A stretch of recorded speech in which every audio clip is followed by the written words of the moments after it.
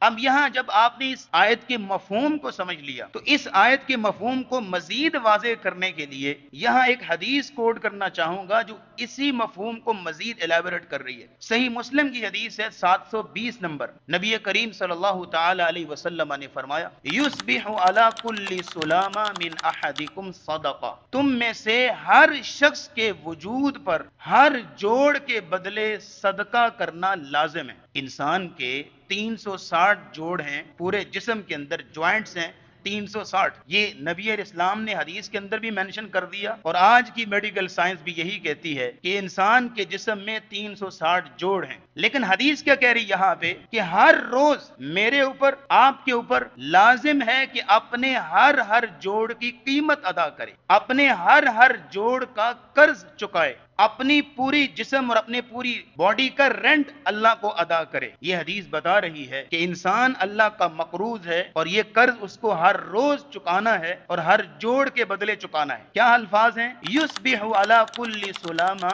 من احدکم صدقہ، ہر صبح انسان پر لازم ہے کہ دن کا آغاز بعد میں کرے، پہلے اپنے جسم کا رینٹ اللہ کو ادا کرے، اپنے وجود کی قیمت اللہ کو ادا کرے، اپنے ہر جوڑ کا معاوضہ اللہ کو ادا کرے۔ لیکن وہ قیمت، وہ معاوضہ مال و دولت کی شکل میں نہیں ہے، وہ کس شکل میں ہے؟ اعمال صالحہ کی شکل میں، نیک کردار کی شکل میں اور عملی زندگی کی شکل میں۔ جیسے حدیث کے آگے جو الفاظ ہے اس میں وضاحت کر دی نبی اسلام نے، آپ نے فرمایا فَكُلُّ تَسْبِيحَةٍ صَدَقَةٍ، ہر تسبیح صدقہ ہے، ہر تسبیح وہ قیمت ہے جو جوڑ کی طرف سے ادا کرنی ہے۔ مثال کے طور پہ آپ ایک بار پڑھی ہے سبحان اللہ، آپ نے ایک بار پڑھ لیا سبحان اللہ تو آپ نے 360 جوڑوں میں سے ایک جوڑ کی قیمت اللہ کو ادا کر دی، اور یہ روز ادا کرنی ہے، روزانہ ہر جوڑ کی، یہ ایک جوڑ کی ہوئی ابھی، ہر جوڑ کی ادا کرنی ہے۔ فرمایا گیا فَكُلُّ تَحْمِيدَةٍ صَدَقَةٍ، ہر الحمدللہ صدقہ ہے، وَكُلُّ تَحْلِيلَةٍ صَدَقَةٍ وَكُلُّ تَكْبِيرَةٍ صَدَقَةٍ،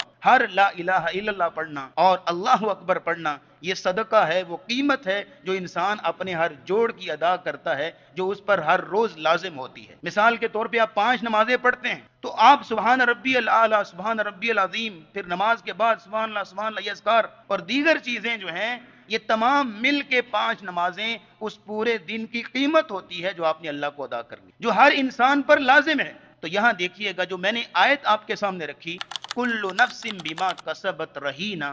ہر شخص اپنے اعمال کے بدلے میں اللہ کے پاس گروی ہے، وہ اعمال پیش کرے گا تو چھوٹے گا، وگرنہ کسی صورت بھی چھوٹ نہیں پائے گا۔ اور یہ حدیث نے کہہ دیا کہ ہر شخص کے وجود پر صدقہ ہے، قیمت ہے، اور وہ صدقہ مال و دولت کی شکل میں نہیں، وہ تو آپ کرتے ہیں تو ظاہر ہے وہ بھی ایک نیکی شمار ہوگی، عمل شمار ہوگا جو اللہ کے دربار میں آپ پیش کریں گے۔ لیکن اصل جو یہاں بات ہو رہی ہے، عمل کی بات ہو رہی ہے کہ انسان اپنے اعمال اللہ کی دربار میں پیش کرے اور اپنا کردار اللہ رب العزت کے دربار میں پیش کرے، وہ کمائی اللہ کے حضور پیش کرے جس کمائی کو کرنے کے لیے اللہ نے دنیا میں بھیجا تھا۔ تو جناب اگر آپ کو یہ آیت سمجھ میں آ گئی اور پھر صحیح مسلم کی حدیث نمبر 720 آپ کو سمجھ آ گئی، تو پھر تیسری ایک اور حدیث آپ کے سامنے رکھنا چاہوں گا جو جامع ترمذی کی حدیث ہے 3517، نبی کریم صلی اللہ تعالی علیہ وسلم نے فرمایا، اس حدیث کے مفہوم کو ذرا سمجھیے گا، جب آپ اس حدیث پر غور کریں گے تو یقین کیجئے گا یہ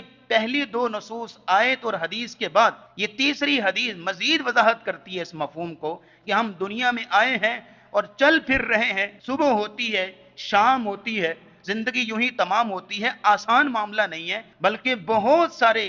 ذمہ داریاں ہیں، بہت سارے واجبات ہیں جو ہمارے اوپر واجب ہیں اور ہم نے ہر گھڑی ہر لمحہ ادا کرنے ہوتے ہیں، لیکن ہم غافل، ہم بے خبر ہیں۔ ہمیں دنیا کے واجبات کا تو علم ہے، دنیا کے لین دین کا تو علم ہے، فلاں سے کچھ لینا ہے، فلاں کو کچھ دینا ہے، لیکن یہ ہے کہ جس چیز کے لیے اللہ نے دنیا میں ہمیں بھیجا تھا اور جو لین دین کا تعلق ہمارا رب کے ساتھ ہے، اس کو ہم سرے سے بھولے بیٹھے ہیں اور ہمیں یاد تک نہیں ہے کہ جو لین دین کا تعلق میرا رب کے ساتھ ہے وہ بھی میں نے ادا کرنا ہے۔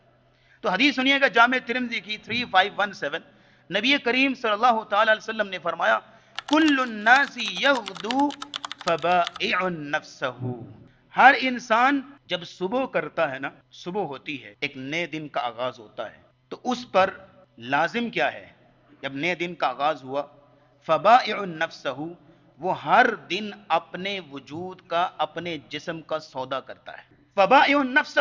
فمعتقها او موبقها، یا تو وہ اپنے آپ کو آزاد کروا لیتا ہے یا اپنے آپ کو ہلاکت کے گڑھے میں گروا لیتا ہے. یا تو وہ یعنی اپنے آپ کو بیچتا ہے، فبائع النفس کا مطلب ہے اپنے آپ کو فروخت کرتا ہے، اپنے آپ کا سودا کرتا ہے. یا تو وہ اپنے آپ کو بیچتا ہے رحمان کے ہاتھ میں، اللہ کے ہاتھ میں، تو کامیاب ہو گیا. لیکن اگر وہ بیچتا ہے اپنے آپ کو شیطان کے ہاتھ میں تو ظاہر ہے کہ ناکام ہو گیا. کیوں؟ کیونکہ انسان جب صبح کرتا ہے تو کچھ نہ کچھ عمل تو ضرور کرتا ہے. یا تو اس نے نیکی کا، خیر کا، اچھا عمل کیا تو اس کا مطلب ہے اس نے اپنے آپ کو اللہ کے ہاتھ میں بیچ دیا اور اپنے آپ کو کامیاب کرا لیا. لیکن اگر اس نے اس دن کا آغاز اور سارا دن نافرمانیاں، گندگیاں، آلودگیاں، معصیتیں اور گناہ پہ گناہ یہ اختیار کیا اور اپنا دن اس چیز میں گزارا، اس کا مطلب ہے کہ اس نے اپنے آپ کو شیطان کے ہاتھ میں فروخت کر دیا اور ہلاکت کے گڑھے میں گروا لیا. اب اس حدیث نے پوری طرح وضاحت کر دی کہ انسان ہر روز اپنے وجود کا سودا کرتا ہے، اپنے آپ کو فروخت کرتا ہے اور ہر روز کسی نہ کسی عمل کو انتخاب کرتا ہے. مثال کے طور پہ اس کی ایک مثال لے لیجئے گا. زندگی میں نہ صرف کہ صبح کے وقت چلتے پھرتے کہیں پہ بھی ہوتا یہ ہے کہ ایک طرف اللہ کی اطاعت و فرما برداری کا رستہ ہوتا ہے، کوئی عمل ہوتا ہے جو اللہ کی اطاعت والا ہے،